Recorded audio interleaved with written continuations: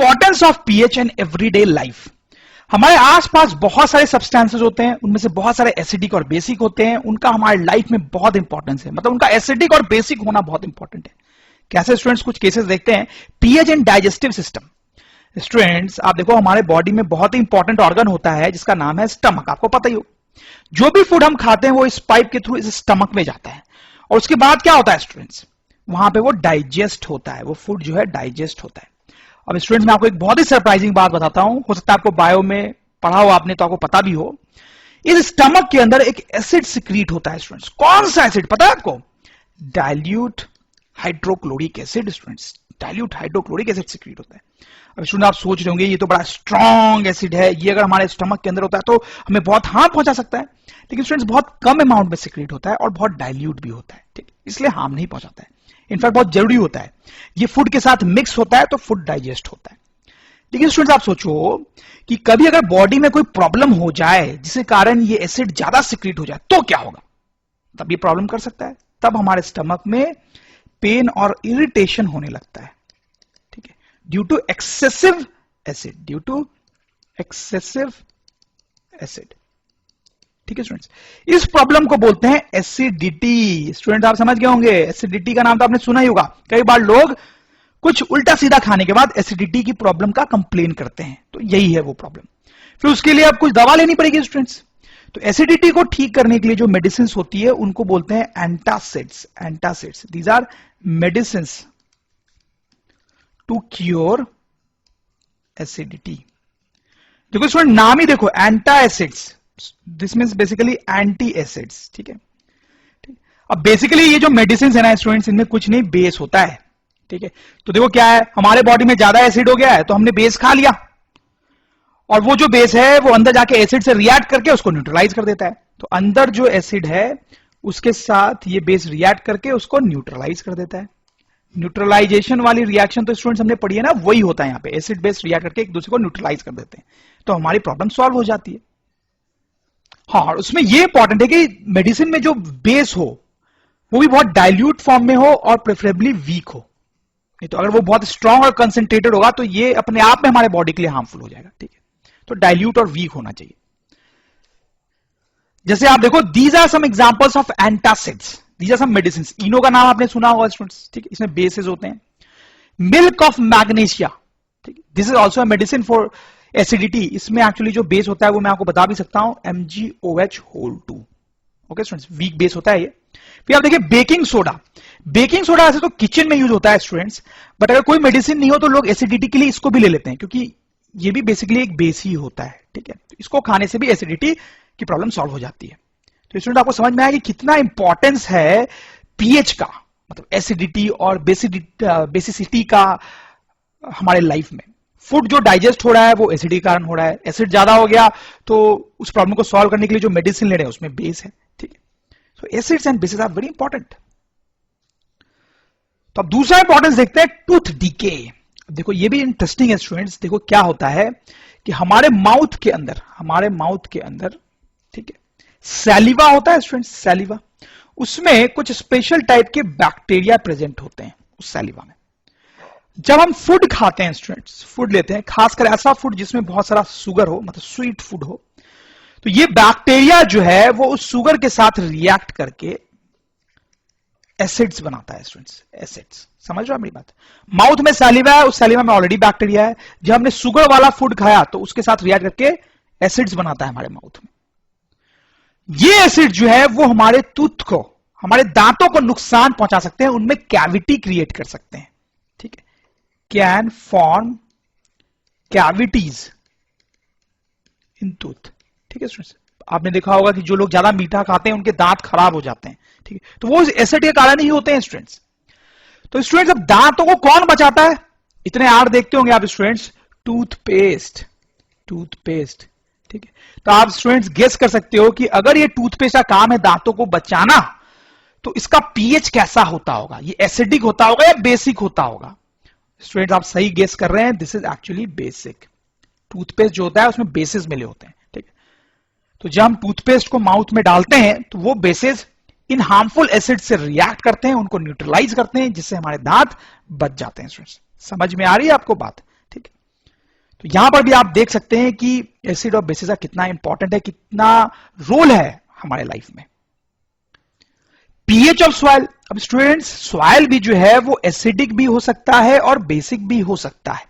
अब देखो सॉइल में तो बहुत सारी चीजें मिक्स्ड होती है ना, अगर एसिडिक चीजें मिक्स्ड होंगी ज्यादा तो एसिडिक सॉइल हो गया, ज्यादा बेसिक चीजें मिक्स्ड होंगी तो बेसिक सॉइल हो गया। इनफैक्ट स्टूडेंट्स आप अपने सराउंडिंग की सॉइल का पीएच मेजर भी कर सकते हो। आप जान सकते हो कि आपके सराउंडिंग की सॉइल, मान लो आपके गार्डन की सॉइल, वो एसिडिक है या बेसिक है। बहुत सिंपल सा आपको एक्सपेरिमेंट करना है। सॉइल लें आप थोड़ा सा, उसको वाटर में डिसॉल्व करें स्टूडेंट्स, ठीक है, तो आपको क्या मिलेगा स्टूडेंट्स, एक मडी सॉल्यूशन मिलेगा आपको, राइट। फिर उसको आप फिल्टर कर लें।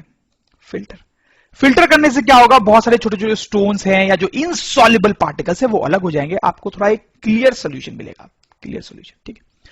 अब इस क्लियर सॉल्यूशन का लिटमस टेस्ट कर लो, ठीक है, या लिटमस पेपर आपके पास नहीं हो तो वो रेड कैबेज के साथ आप टेस्ट कर लो, टर्मेरिक सॉल्यूशन के साथ टेस्ट कर लो कि एसिडिक है या बेसिक है, ठीक है, आराम से आप टेस्ट कर सकते हो, तो आपको पता चल जाएगा कि आपके गार्डन की सॉइल एसिडिक है या बेसिक है। अब देखो स्टूडेंट्स क्या होता है कि अगर सॉइल ज्यादा एसिडिक हो गई या ज्यादा बेसिक हो गई तो एक प्रॉब्लम हो जाती है। क्या प्रॉब्लम हो जाती होगी, जो प्लांट्स ग्रो करते हैं स्टूडेंट सॉइल में, वो ज्यादा एसिडिक सॉइल में नहीं ग्रो कर सकते। ज्यादा बेसिक सॉइल हो गई तो भी हार्मफुल होता है प्लांट्स के लिए, ठीक है। तो स्टूडेंट अगर कोई सॉइल ज्यादा एसिडिक है तो इस प्रॉब्लम को कैसे सॉल्व किया जा सकता है, स्टूडेंट आप समझ रहे होंगे, हम उसमें कुछ फर्टिलाइजर्स या ऐसे सब्सटेंसेस डालेंगे जिनमें क्या हो स्टूडेंट्स, बेसेस हो, ठीक है, ताकि वो बेसेस सॉइल के एसिड्स को न्यूट्रलाइज कर सकें, ठीक है स्टूडेंट्स। तो अगर एसिडिक सॉइल होती है तो जनरली फार्मर्स चॉक,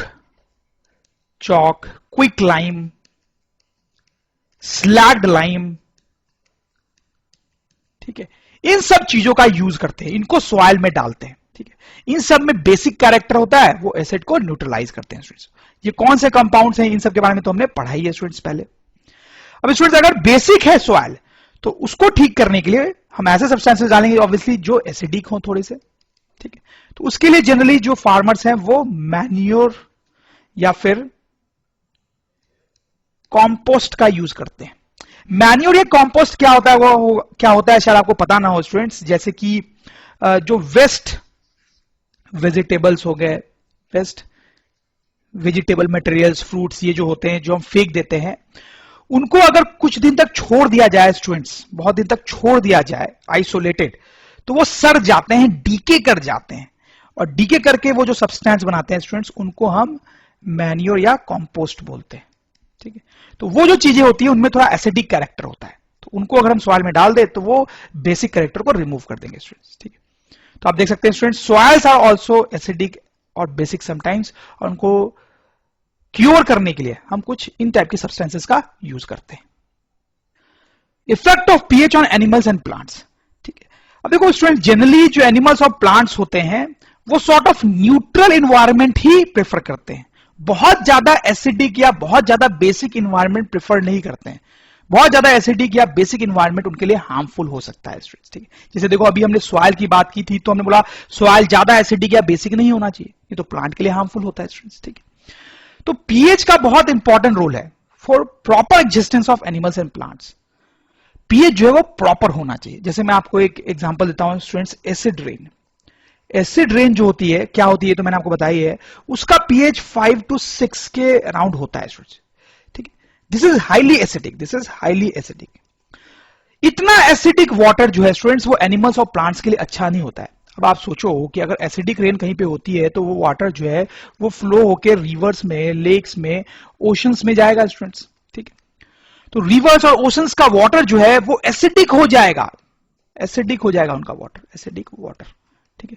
तो उसमें रहने वाले जो एक्वेटिक एनिमल्स हैं,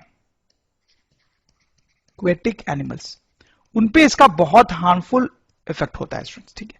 क्योंकि अब वो जिस वाटर में रह रहे हैं वो एसिडिक हो गया, अब उस एसिडिक वाटर में वो रह नहीं सकते, तो बहुत सारे एक्वेटिक एनिमल्स की डेथ हो जाती है स्टूडेंट्स, ठीक है। ठीक, तो आप देख सकते हैं इस तरह से पीएच का कैसे हार्मफुल इफेक्ट हो सकता है लाइफ पे, एनिमल्स और प्लांट्स के लाइफ पे। जैसे स्टूडेंट्स हम अपनी बॉडी की ही बात करें तो हमारा बॉडी जो है वो 7 to 7.8 पीएच में अच्छे से काम करता है, ठीक है।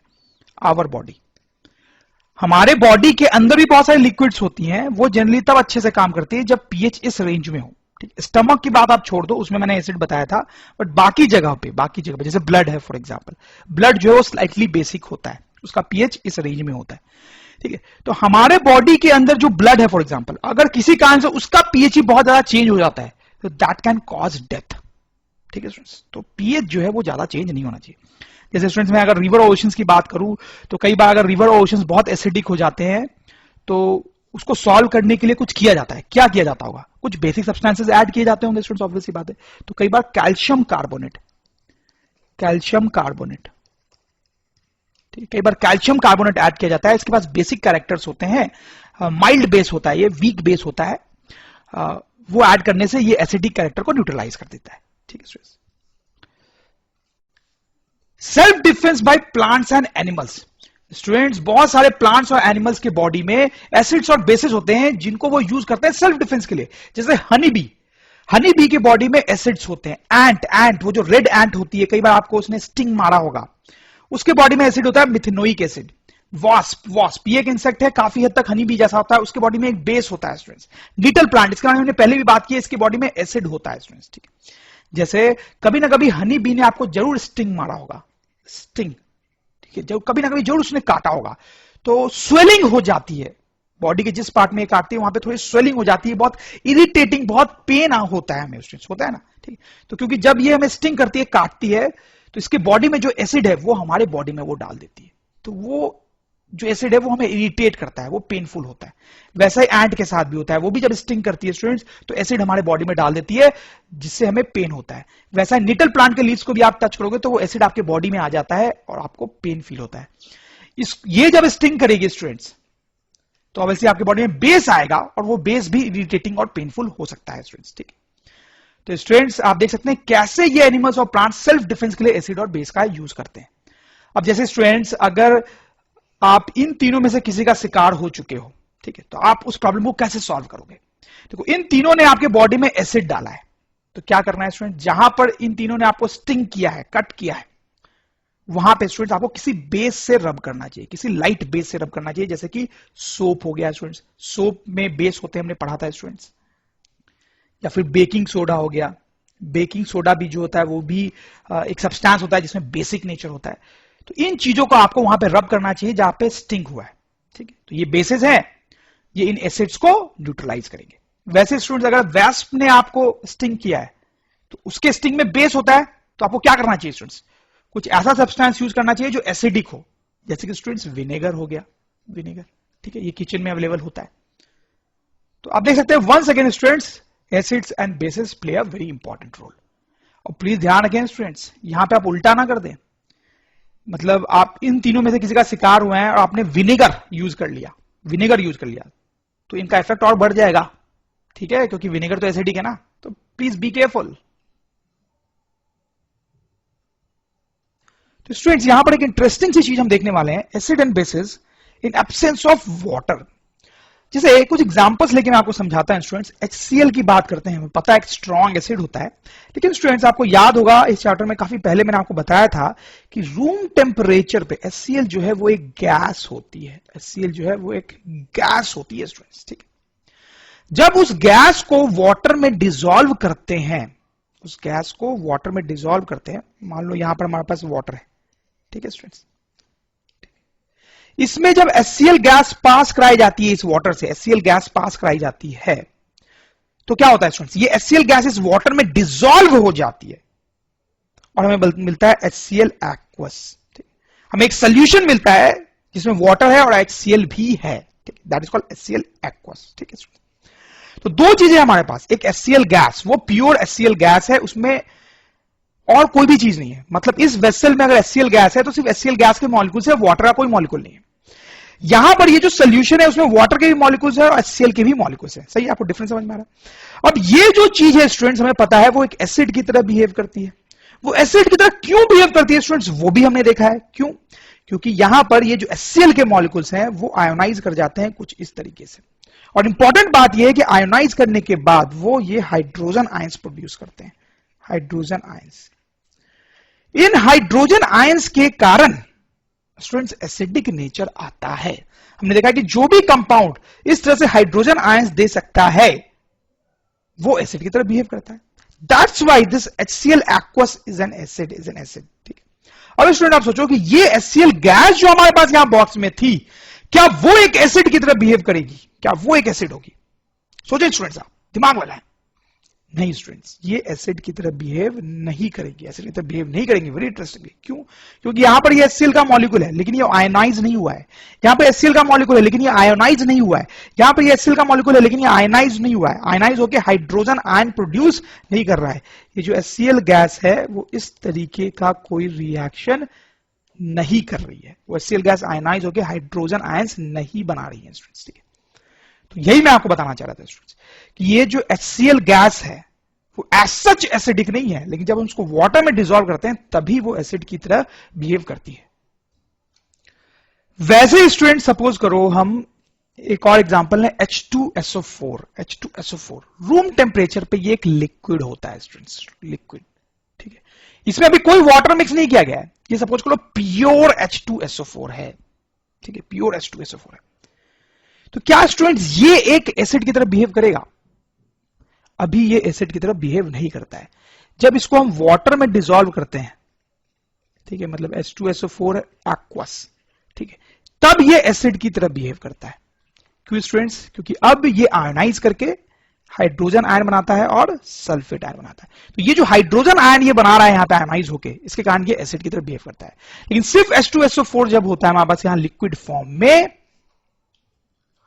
तो वो आयनाइज करके, आयनाइज होके हाइड्रोजन आयन नहीं बनाता है, नहीं बनाता है स्टूडेंट्स।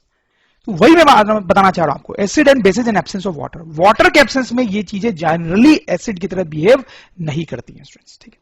तो ये तो हमने दो एसिड्स की बात की। अगर हम एक बेस की बात भी करना चाहें तो देखिए स्टूडेंट्स, ये है NaOH, ठीक है। रूम टेम्परेचर पे ये एक सॉलिड होता है स्टूडेंट्स, तो this is solid NaOH। Student इसको जब हम वाटर में डिसॉल्व करते हैं, वाटर में डिसॉल्व हो जाता है, वाटर में हमने इस NaOH को डिसॉल्व कर दिया, तो हमारे पास बचेगा NaOH का एक्वस सोल्यूशन। अब इस सोल्यूशन में स्टूडेंट्स क्या होता है कि ये NaOH आयोनाइज होकर Na++OH आयंस बनाता है, और इस हाइड्रोक्साइड आयन के प्रेजेंस के कारण अब ये जो सोल्यूशन है वो बेसिक होता है। कोई भी सब्सटेंस जो हाइड्रोक्साइड आयन देता है वो क्या होता है स्टूडेंट्स? वो एक बेस होता है। तो इस हाइड्रोक्साइड आयन के प्रेजेंस के कारण अब ये जो सोल्यूशन है वो बेसिक होता है। लेकिन जब ये NaOH प्योर फॉर्म में या सॉलिड फॉर्म में होता है, तब NaOH के मॉलिक्यूल्स जो है वो आयोनाइज नहीं होते हैं। NaOH के मॉलिक्यूल्स आयोनाइज नहीं होते हैं, मतलब ऐसा नहीं होता है कि वो आयोनाइज होके इस तरह से हाइड्रोक्साइड आयन बनाते हैं, ऐसा नहीं होता है इस सॉलिड फॉर्म में। तो इसलिए ये जो सॉलिड फॉर्म है अभी वो बेस की तरह बिहेव नहीं करेगा स्टूडेंट्स, बेस की तरह बिहेव नहीं करेगा, जबकि ये जो है वो बेस की तरह बिहेव करेगा। That is what we wanted to discuss, कि ये जो एसिड्स और बेसिस होते हैं वो वाटर के एब्सेंस में अपना एसिडिक कैरेक्टर नहीं दिखा पाते हैं, वाटर के प्रेजेंस में ही दिखा पाते हैं। जैसे एक एक्सपेरिमेंट भी हम कर सकते हैं स्टूडेंट्स, इसको वेरीफाई करने के लिए लेबोरेटरी में। तो स्टूडेंट्स अभी जो चीज हमने पढ़ी उसको एक बहुत ही सिंपल से एक्सपेरिमेंट से हम वेरीफाई कर सकते हैं। तो आप उसके लिए क्या करें, एक ड्राई टेस्ट ट्यूब लें, एक ड्राई टेस्ट ट्यूब लें, और स्टूडेंट्स उसमें आप थोड़ा सा NaCl डाल दें, वही कॉमन सॉल्ट बहुत इजीली अवेलेबल होता है। फिर एक दूसरी टेस्ट ट्यूब को लेके जिसमें कंसंट्रेटेड H2SO4 हो, कंसंट्रेटेड H2SO4, उसको आप धीरे धीरे पोर करेंगे इस टेस्ट ट्यूब में स्टूडेंट्स, ठीक है। तो बेसिकली आप क्या कर रहे हो, आपने NaCl लिया और उसमें कंसंट्रेटेड H2SO4 आप धीरे धीरे डालोगे स्टूडेंट्स, ठीक है। डालोगे तो क्या होगा स्टूडेंट्स, ये जो कंसंट्रेटेड H2SO4 है और NaCl जो है वो आपस में रिएक्ट करेंगे स्टूडेंट्स। क्या रिएक्शन होती है यहाँ पे, NaCl plus H2SO4 concentrated forms HCl gas plus Na2SO4, ठीक है स्टूडेंट्स, ये केमिकल रिएक्शन होती है। तो स्टूडेंट्स आपको यहां पर दिखाई देगा कि जब आपने ये कंसंट्रेटेड H2SO4 अंदर डाला तो कुछ गैस यहां पे बाहर की तरफ निकलती हुई आपको दिखाई देगी। तो आप समझ गए स्टूडेंट्स कि वो कौन सी गैस है, वो HCl है, वो HCl है, ठीक है स्टूडेंट्स। अच्छा, अभी ये जो HCl गैस निकल रही है स्टूडेंट्स, इसमें तो कोई वाटर है नहीं, ये जो HCl गैस निकल रही है उसमें तो कोई वाटर है नहीं, तो इसको एसिडिक बिहेवियर शो करना चाहिए या नहीं करना चाहिए स्टूडेंट्स? हमने जितना अभी तक पढ़ा है उसके अकॉर्डिंग तो इसको एसिडिक बिहेवियर शो नहीं करना चाहिए। तो इसको वेरीफाई भी करेंगे स्टूडेंट्स। कैसे वेरीफाई करेंगे, लिटमस पेपर की हेल्प से। हम 2 ब्लू लिटमस पेपर यहां पर लेके आएंगे, इस तरह से दो, अब दो क्यों स्टूडेंट्स, दो ब्लू लिटमस पेपर क्यों, एक ड्राई लाएंगे और एक वेट लाएंगे। वेट मतलब स्टूडेंट्स इस लिटमस पेपर को हमने वाटर में डिप कर रखा था और फिर उसको हम लेके आए, ठीक है। तो इस लिटमस पेपर के साथ साथ वाटर भी है यहाँ पे, लेकिन ये ड्राई है। तो स्टूडेंट आपको लगता है क्या होना चाहिए यहाँ पे, क्या ये दोनों litmus paper colour change show करेंगे या नहीं करेंगे, या कोई एक ही कलर चेंज शो करेगा, क्या होगा स्टूडेंट्स यहाँ पे। शायद आप सोच पा रहे हैं स्टूडेंट्स, ये जो वेट पेपर था ना वो रेड हो जाएगा स्टूडेंट्स, ये वाला कोई कलर चेंज शो नहीं करेगा, no change in colour, no change in colour, ठीक है स्टूडेंट्स। स्टूडेंट्स ये जो ऑब्जर्वेशन है ना हमारा, इससे ये प्रूव होता है कि HCl जो है बिना वाटर के एसिडिक बिहेवियर शो नहीं करता है, क्योंकि स्टूडेंट्स एसिड की प्रॉपर्टी क्या होती है कि रेड लिटमस पेपर को, सॉरी ब्लू लिटमस पेपर को एसिड क्या करता है, रेड लिटमस बना देता है, ठीक है। तो ये HCl जो है इस ब्लू लिटमस को रेड नहीं बना पाया, इस ब्लू लिटमस को रेड नहीं बना पाया, मतलब अभी ये एसिडिक नहीं है, एसिडिक नहीं है। लेकिन इस वेट लिटमस को रेड बना दिया, वेट लिटमस को रेड बना दिया, क्यों, क्योंकि ये HCl जो था वो एसिडिक नहीं था, लेकिन जब वो इस लिटमस के कांटेक्ट में आता है, इसके वाटर के कांटेक्ट में आता है, तो उसमें डिसॉल्व हो जाता है और तब वो एसिडिक नेचर एक्वायर कर लेता है, और उसने एसिडिक नेचर एक्वायर कर लिया है अब, इसलिए वो इस लिटमस को रेड में कन्वर्ट कर देता है स्टूडेंट्स। समझ में आया आपको बात स्टूडेंट्स, ठीक है। इस बात को हम लिख भी सकते हैं, देखें, dry litmus does not change colour as HCl gas does not show acidic nature, ठीक है स्टूडेंट्स। ये कलर चेंज नहीं करता है क्योंकि HCl गैस जो है वो एसिडिक नेचर शो नहीं करती है। In case of wet litmus HCl gas dissolves in water, यहां पर HCl गैस जो है वाटर में डिसॉल्व हो जाती है जो लिटमस पेपर के साथ था, एंड एक्वायर्स एसिडिक नेचर, अब वो एसिडिक नेचर एक्वायर कर लेती है, सो लिटमस चेंजेस टू रेड, इसलिए लिटमस रेड में कन्वर्ट हो जाता है स्टूडेंट्स। समझ में आएगी आपको बात, ठीक है ना। इस एक्सपेरिमेंट में हमने कौन से स्टेप्स फॉलो किए स्टूडेंट्स, वो भी मैं लिख देता हूं, that will be helpful for you. तो स्टूडेंट्स आप पढ़ सकते हैं, take small amount of NaCl in dry test tube, और आगे भी आप पढ़ सकते हैं, वही सारी चीजें मैंने लिखी हैं जो मैंने आपको बताई थी स्टूडेंट्स, ठीक है। अब एक और इंपॉर्टेंट बात यहां पे रह जाती है, ये जो एक्सपेरिमेंट है ये जो आप कर रहे हो, ऐसा हो सकता है स्टूडेंट्स, ऐसा हो सकता है कि आपको दिखे कि दोनों लिटमस पेपर रेड हो जाए, ऐसा भी हो सकता है, लेकिन उसका मतलब ये होगा कि आप एक्सपेरिमेंट ठीक से कर नहीं पा रहे हो। देखो अगर मान लो किसी दिन ह्यूमिडिटी बहुत ज्यादा है, ह्यूमिडिटी बहुत ज्यादा है, एयर में ह्यूमिडिटी बहुत ज्यादा है, तो ह्यूमिडिटी बहुत ज्यादा होने का क्या मतलब है स्टूडेंट्स, कि जो एयर है हमारे सराउंडिंग में उसमें बहुत ज्यादा वाटर वेपर है, वाटर वेपर है, ठीक है। ये तो आपको पता होगा कि ज्यादा ह्यूमिडिटी होने का मतलब है कि हमारे सराउंडिंग में जो एयर होती है उसमें वाटर वेपर ज्यादा होता है स्टूडेंट्स, ठीक। तो अगर ऐसे किसी दिन आपने ये एक्सपेरिमेंट किया तो हो सकता है ये ड्राई वाला जो लिटमस है वो भी रेड में कन्वर्ट हो जाए स्टूडेंट्स, क्यों आप समझ रहे होंगे, ठीक है। क्योंकि ये जो HCl गैस जब बाहर निकलेगी तो बाहर निकलते टाइम एटमॉस्फेयर का जो वाटर वेपर है, एटमॉस्फेयर का जो वाटर वेपर है वो इसके साथ मिक्स हो जाएगा, तो बेसिकली अब ये HCl ड्राई रहा ही नहीं ना, अब ये HCl जो है वो ड्राई रहा ही नहीं, इसके साथ वाटर भी सॉर्ट ऑफ मिक्स हो चुका है जो एटमॉस्फेयर से आया है, ठीक है। तो किसी दिन अगर ह्यूमिडिटी ज्यादा हुई तो ये जो HCl निकल रहा होगा उसके साथ वाटर में मिक्स होगा, तो ये ड्राई लिटमस जो है वो भी अब आप समझ ही रहे होंगे कि रेड में कन्वर्ट हो सकता है, ठीक है। तो इस केस में हमारा जो एक्सपेरिमेंट है वो फेल हो जाएगा। तो ऐसे केस में हमें क्या करना पड़ता है स्टूडेंट्स, ये जो HCl गैस निकल रही है उसको एक ट्यूब से पास करना पड़ता है, इसको बोलते हैं ड्राइंग ट्यूब, ड्राइंग ट्यूब या गार्ड ट्यूब इसका नाम होता है, ठीक है। तो उसके हम क्या करेंगे, ये जो HCl गैस जो निकल रही है उसको इस ड्राइंग या गार्ड ट्यूब से पास करेंगे, तो यहां से क्या होगा कि यहां से अब जो HCl गैस निकलेगी ना वो डेफिनेटली ड्राई होगी, ड्राई होगी। तो यहां से HCl गैस आई, उसके साथ साथ वाटर वेपर्स भी है, ये दोनों अंदर गए, अंदर इस ड्राइंग ट्यूब में क्या होगा, वाटर वेपर्स एब्जॉर्ब कर लिए जाएंगे और सिर्फ क्या बाहर निकलेगा, ड्राई HCl। और अब यहां पर आप दोनों लिटमस पेपर रख के अपनी टेस्टिंग कर सकते हो, ठीक है। यहां पे वेट HCl था, यहां पे ड्राई HCl, ठीक। तो अगर ये वाला लिटमस पेपर भी रेड में कन्वर्ट हो रहा है तो इसका मतलब आप समझ जाएंगे कि हवा में ह्यूमिडिटी बहुत ज्यादा है, इसलिए ऐसा हो रहा है, और उस केस में ये जो HCl बाहर निकल रही है उसको इस ड्राइंग ट्यूब से पास कराना पड़ेगा। बेसिकली इस ड्राइंग ट्यूब के अंदर स्टूडेंट्स कैल्शियम क्लोराइड होता है। ये जो कैल्शियम क्लोराइड होता है वो वाटर वेपर को एब्जॉर्ब कर लेता है, ठीक है, तो हमें ड्राई HCl देता है, ठीक है।